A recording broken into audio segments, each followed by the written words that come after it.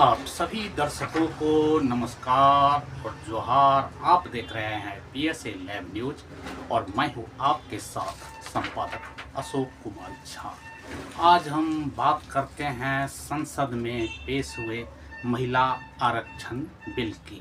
आज हिंदुस्तान की सबसे बड़ी खबर हिंदुस्तान की राजनीति और संसद से जुड़ी हुई है, जहां पिछले 12 वर्षों में पहली बार मोदी सरकार को लोकसभा में इतना बड़ा झटका लगा है। महिला आरक्षण से जुड़ा हुआ संविधान संशोधन बिल लोकसभा में पास नहीं हो पाया और यह सिर्फ एक बिल का गिरना नहीं बल्कि सत्ता और विपक्ष के बीच में बदलते हुए राजनीतिक समीकरणों का एक संकेत माना जा रहा है। अब जानते हैं यह पूरा मामला क्या है।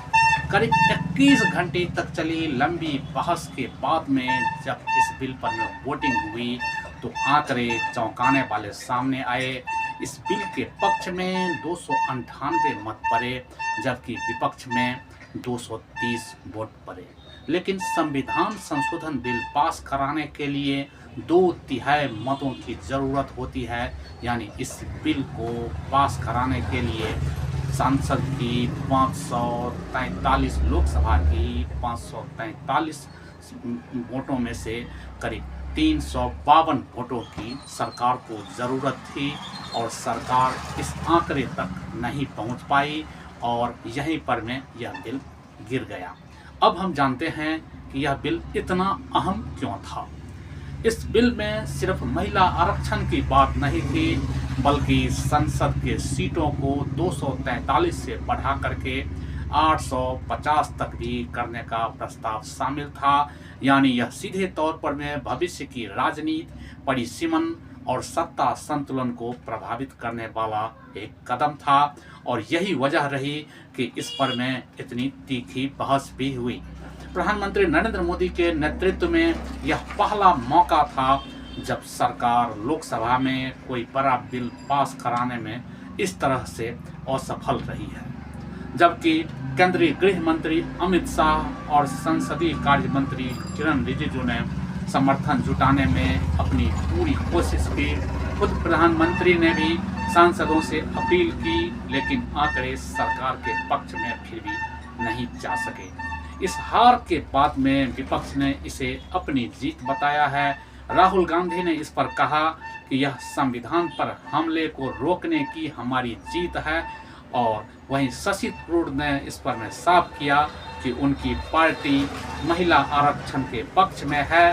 वह अभी भी इस पर में वोट डालने को तैयार हैं, लेकिन इस बिल के स्वरूप पर में उसे गंभीर आपत्ति है। अब सबसे बड़ा सवाल यही है कि क्या सरकार ने संख्या का गलत आकलन किया या सहयोगी दल पूरी तरह से सरकार के साथ नहीं थे या फिर विपक्ष ने एकजुट होकर के रणनीतिक चाल चल दी।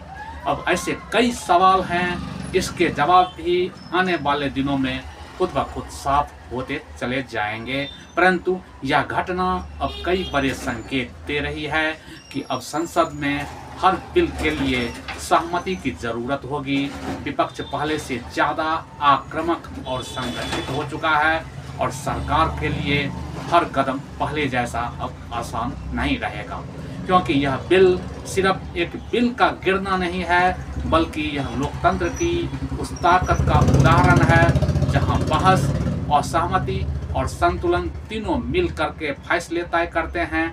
अब आने वाले दिनों में इस बिल को लेकर के सरकार के पास में 2 ही विकल्प दिखाई दे रहे हैं। पहला तो सरकार इस बिल को संशोधित करके दोबारा से संसद में पेश करे और दूसरा इसे राजनीतिक मुद्दा बना करके जनता के बीच में ले जाए। ऐसे में अब यह देखना होगा कि सरकार अब इसके बाद में कौन सा रास्ता चुनती है। इस बिल को संशोधित करके दोबारा से संसद में लाती है या इसे राजनीतिक मुद्दा बना करके जनता के बीच में ले जाती है। यह जानने के लिए आप हमारे साथ बने रहिए, आगे होता है क्या। अगर आपकी इस मुद्दे पर में अपनी कोई राय हो तो आप कमेंट बॉक्स में इसे ज़रूर हमारे साथ साझा करें। पीएसए लैब न्यूज़ से मैं हूं आपके साथ संपादक अशोक कुमार झा। हम फिर मिलेंगे आपसे बेहतरीन और ताज़ा खबरों के साथ। नमस्कार।